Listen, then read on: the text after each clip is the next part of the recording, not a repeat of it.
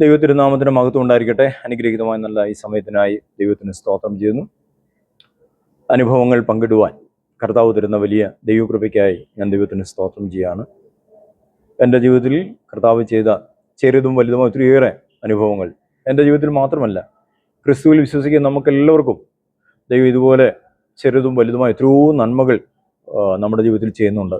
ഞാൻ ദൈവം ചെയ്യുന്ന നന്മകൾ എൻ്റെ ഡയറിയിൽ എഴുതിയിടുകയും പലപ്പോഴും അത് വായിച്ച് ദൈവത്തിന് മഹത്വം കരയറ്റുകയും ചെയ്യാറുണ്ട്.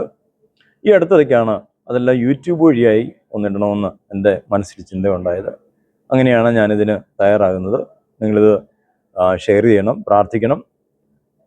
ഇന്ന് നിങ്ങളുമായി പങ്കിടുവാൻ ആഗ്രഹിക്കുന്നത് 1999 നടന്നൊരു കാര്യമാണ്. അന്ന് ചാത്തങ്കേരി എന്ന് പറഞ്ഞ സ്ഥലം, തിരുവല്ലയ്ക്കപ്പുറത്ത് ചാത്തങ്കേരി എന്ന് പറഞ്ഞ സ്ഥലമുണ്ട്. അവിടെ ഒരു സുവിശേഷ യോഗം, ബ്രദർ സുരേഷ് ബാബുവിൻ്റെ ഒരു സുവിശേഷ യോഗം നടക്കുന്നുവെന്ന് ഞാനിങ്ങനെ അറിഞ്ഞു. അങ്ങനെ ഈ യോഗത്തിന് പോയിട്ട് തിരിച്ചു വന്നാൽ 9:35 കഴിഞ്ഞാൽ പിന്നെ ഞങ്ങൾ അങ്ങോട്ട് തിരുവല്ലയിൽ നിന്ന് വണ്ടിയില്ല.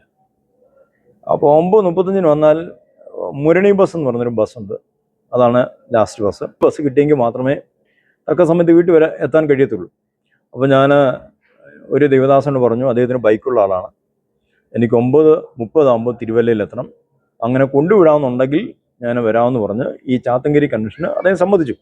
അങ്ങനെ ചാത്തങ്കേരി കൺവെൻഷന് പോകാൻ ഞാൻ അങ്ങോട്ട് ബസ്സിൽ പോയി. ഇങ്ങോട്ട് അദ്ദേഹം എന്നെ 9:35 മുമ്പ് തിരുവല്ല സ്റ്റാൻഡിൽ കൊണ്ടുവിടും. അങ്ങനെ അനുഗ്രഹിക്കപ്പെട്ട നിലയിൽ കൺവെൻഷൻ കഴിഞ്ഞു. പക്ഷേ വണ്ടി ഓടിച്ച് തിരുവല്ലയിൽ വരെ എത്തിയപ്പോഴേക്കും 9:35 കഴിഞ്ഞ് 9:40 ഞാൻ നോക്കിയപ്പോൾ സ്റ്റാൻഡിൽ ബസ്സില്ല. എങ്കിലും ഒന്ന് ഉറപ്പ് വരുത്താൻ വേണ്ടി KSRTCയുടെ അവിടുത്തെ കൗണ്ടറിൽ പോയി ചോദിച്ചു, സാറേ മുരണി ബസ് പോയോ? ഉടനെ അവിടുത്തെ സ്റ്റേഷൻ മാസ്റ്റർ പറഞ്ഞു, 9:35 വണ്ടി പോയല്ലോ, ഇത് 9:40 എനിക്ക് ആപ്പാട് വിഷമമായി പോയി. കാരണം എന്നെ കൊണ്ടുവിട്ട ആ ദേവദാസൻ തിരിച്ച് പോവുകയും ചെയ്തു. ഓട്ടോ വിളിക്കണമെന്നുണ്ടെങ്കിൽ ഏറ്റവും കൂടുതൽ അന്ന് 150 രൂപയെങ്കിലും ആകും.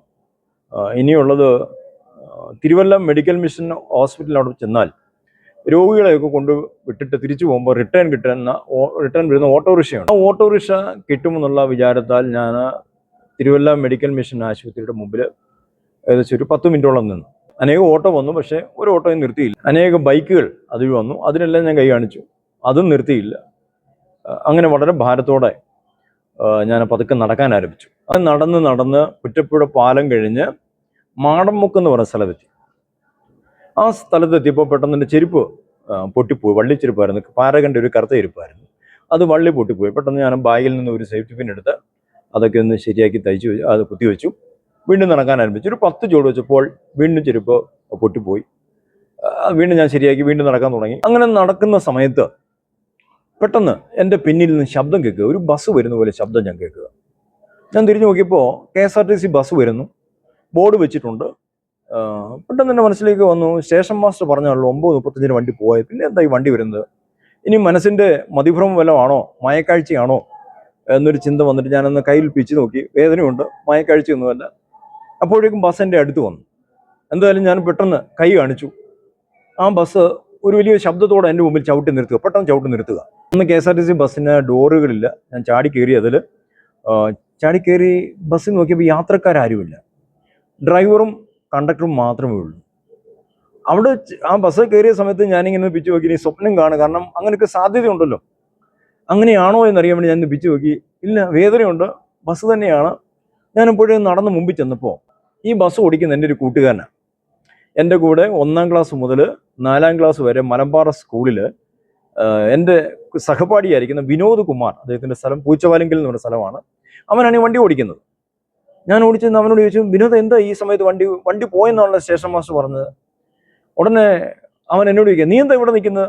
എന്തായാലും കണ്ടുകൊണ്ട് രക്ഷപ്പെട്ടു പോയി, വേറെ ആരെങ്കിലും ആയിരുന്നു കയറ്റാൻ പറ്റത്തില്ലായിരുന്നു, അവരെ വിട്ടുപോകായിരുന്നല്ലോ, പരിചയമുള്ള ആളായതുകൊണ്ടാണ് കയറ്റിയത് എന്നൊക്കെ പറഞ്ഞിട്ട് അദ്ദേഹം പറയുകയാണ്, മുമ്പേ പോയ വണ്ടി മല്ലപ്പള്ളിയുടെ ഇപ്പുറത്തെത്തിയപ്പോൾ വണ്ടി ബ്രേക്ക് ഡൗൺ ആയിപ്പോയി.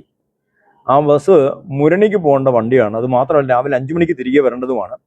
അതുകൊണ്ട് പകരം ഒരു വണ്ടി വിട്ടേ പറ്റത്തുള്ളൂ. അങ്ങനെയാണ് ഈ സ്റ്റേഷൻ മാസ്റ്ററിനെയും ഈ കണ്ടക്ടറെയും വണ്ടിയെല്ലാം കൊണ്ട് തന്നു വിട്ടേക്കുന്നത് എന്ന് പറഞ്ഞ് അപ്പോൾ ഞാൻ ദൈവത്തെ മഹത്വപ്പെടുത്തി. ഞാൻ പറഞ്ഞു, വിനോദ വണ്ടി പോയിട്ട് ഞാൻ വളരെ ഭാരത്തോടെ നടന്നു വരികയായിരുന്നു, എൻ്റെ പ്രാർത്ഥനയ്ക്ക് ഒരു ഉത്തരമായി ഈ വണ്ടി എന്ന് പറഞ്ഞ്. മുമ്പേ പോയ വണ്ടി കേടായതുകൊണ്ടാണ് മറ്റൊരു വണ്ടി അയച്ചത്. ഞാൻ വിശ്വസിക്കുന്നു എനിക്ക് വേണ്ടി ദൈവം ഒരുക്കിയ ഒരു പ്രത്യേക കരുതലായിരുന്നു. എന്നതുപോലെ ദൈവമക്കളെ, നമ്മുടെ ജീവിതയാത്രയിൽ നമ്മളെ കരുതുന്ന ഒരു ദൈവം ജീവിക്കുന്നു. സ്പെഷ്യൽ അനുഗ്രഹങ്ങൾ തരാൻ നമ്മുടെ ദൈവം വിശ്വസനാണ്. യോസഫിനെ മാനിച്ചതുപോലെ, ദാവീദിനെ മാനിച്ചതുപോലെ നമ്മളെ മാനിക്കാൻ ദൈവം വിശ്വസനാണ്. നമുക്ക് സമർപ്പിച്ചു കൊടുക്കാം. നിത്യത ഒരുക്കിയ നമ്മുടെ കർത്താവ് ഈ ലോകത്തിൽ നമുക്ക് ആവശ്യമായതൊക്കെയും അതാത് സമയത്ത് നമുക്ക് തന്നുകൊണ്ടേയിരിക്കും.